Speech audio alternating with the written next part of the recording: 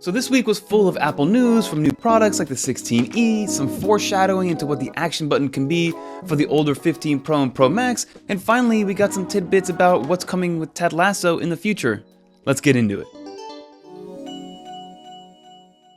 So at the time of the release of this video, people should have put their pre-orders in for the iPhone 16e, which does start at $599, and I've already put up some videos on everything you need to know about it, but just to give you a high-level overview of the 16e and what to expect, please take into consideration that this isn't a new iPhone SE, right? This isn't the new iteration of the iPhone SE. This is actually a budget-friendly or a cheaper version of the iPhone 16, so it's basically about 90 to 95% of the iPhone 16 phone at a $200 less price point, and that's the way that Apple should have framed it, or people already predetermined that this is going to be a new iPhone SE4, when in reality, it's just a cheaper iPhone 16, and once you shift that mindset, you start to realize how much of a bargain this iPhone 16e can really be. Because you still have the 48 megapixel shooter, you have Face ID, you have USB-C, you have the action button, you have Apple Intelligence, you have the A18 chip in there, and you have the brand new C1 chip, which is Apple's first in-house 5G modem, which should be trickling down into future iPhone iterations as we see this evolving. So like I said, this does come in two different colorways. It starts at $599 and starts at 128 gigs of storage and goes up to 512 gigs of storage.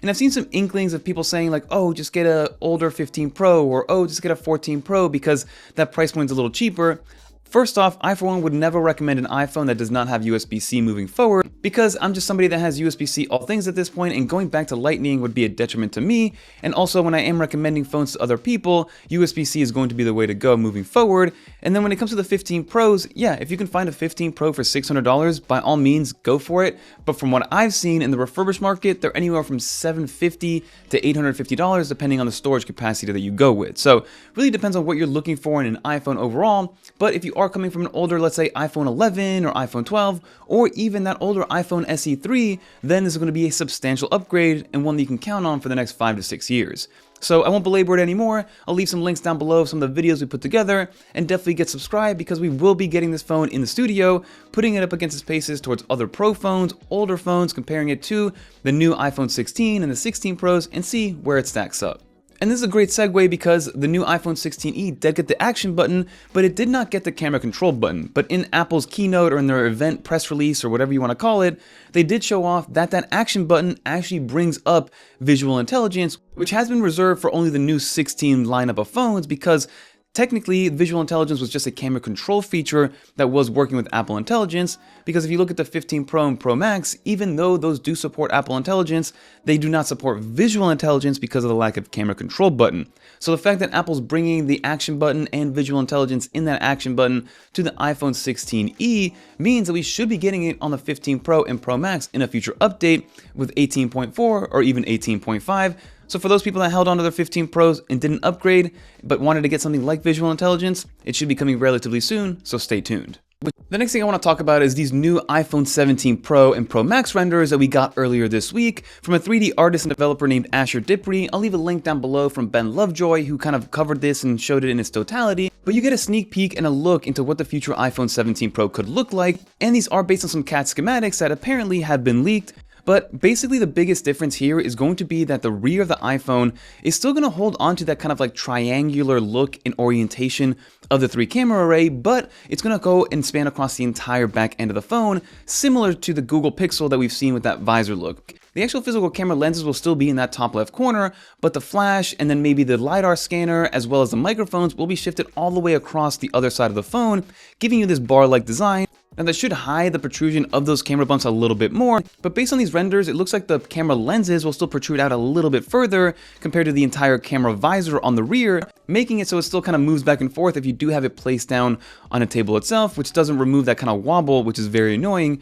with the current setup of the iPhone 16 Pro Max cameras. But other than that, the rest of the iPhone should stay relatively the same, with the action and volume rockers on one side, camera control and lock buttons on the other side, and then we still have the dynamic island and the slimmer bezels. I don't see Apple really changing anything too much aside from that camera bump, and of course letting us know that, hey, these cameras are going to be the latest and greatest, and maybe even Apple gives us a periscope camera, which is something that I've been wanting. But people have been speculating that maybe this visor has a little bit more to it than just a camera bump or maybe just an aesthetic purpose. There is a rumor leaking around that there could be some sort of OLED or LCD display back there to help you from a framing standpoint when you are taking selfie cameras, or from a notification standpoint when you have your phone facing down, which I think could be a fun little added bonus. And then kind of round off the news that we got this week, first and foremost, Humane Pin is come and gone. It lasted a little less than a year overall in the little Humane AI pin. I've seen it in action and I actually saw it at CES with somebody using it in the real world, and it kind of had a cool use case to it, but at the end of the day, now that we have ChatGPT and Perplexity and Apple Intelligence and Gemini all built into these phones,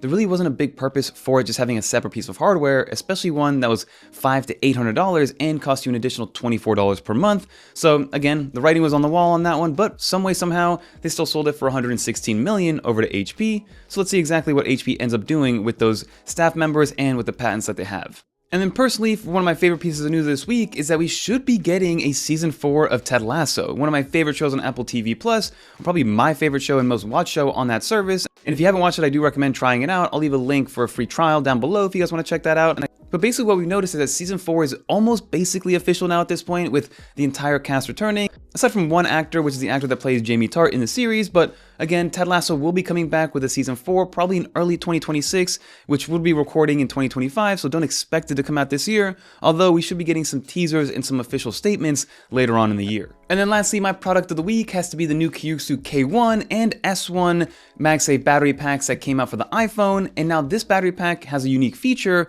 is that it integrates into your iOS battery widget, which is one of the few MagSafe batteries that I've seen be able to do this. I don't know what kind of magic they're using, I don't know exactly what's going on, but all I know is that it works, and it works extremely well. The K1 model is unique because it is technically a 3-in-1. It kind of opens up and lets you not only MagSafe charge your iPhone, but then also magnetically charge your Apple Watch, and finally it does add a kickstand. And then the S1 is unique because even though it only has one function as opposed to the 3 functions that the other one has, the S1 is made out of a solid-state battery tech, which makes it a little bit more resistant to overheating, which hasn't happened at all and whatsoever. And they have a great video of them really kind of digging into this battery and messing it up and breaking it on Kuxiu's product page, which I'll link down below, and it still charges after the fact. So using that solid-state battery tech has helped it from a stability, density standpoint, and overall reliability standpoint. So those are the products that I wanted to highlight, but that's going to do it for this episode of Friday 5. Lots of good news, and like I said, definitely get subscribed because we will be having the iPhone 16e coming in the studio, hopefully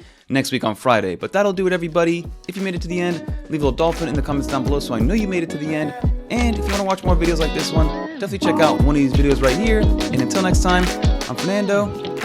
Peace, everybody.